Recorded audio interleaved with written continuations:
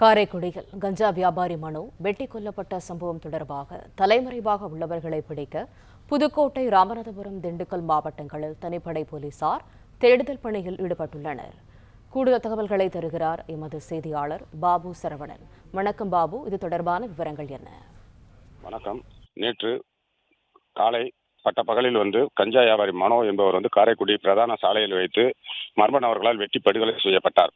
இவ்வழக்கில் நேற்று காரைக்குடி அருகே உள்ள சிராவேல் காட்டுப்பகுதியில் பதுங்கியிருந்த குருபாண்டி, விக்கி என்ற விக்னேஸ்வரன், சக்திவேல் ஆகியோரை காவல்துறையினர் 100க்கும் மேற்பட்ட காவல்துறையினர் காட்டுப்பகுதியில் தேடுதல் வேட்டை நடத்தி 3 பேரை பிடித்தனர். இந்நிலையில் இந்த கொலை வழக்கில் தொடர்புடைய காரில் வந்த 6 பேரில் 3 பேர் தப்பிச் சென்றுள்ளனர். அந்த 3 பேரை பிடிப்பதற்காக 3 தனிப்படைகள் அமைக்கப்பட்டு தனிப்படைகள் புதுக்கோட்டை, ராமநாதபுரம், திண்டுக்கல் ஆகிய மாவட்டங்களில் இப்பொழுது தீவிர தேடுதல் வேட்டையில் ஈடுபட்டு இருக்காங்க.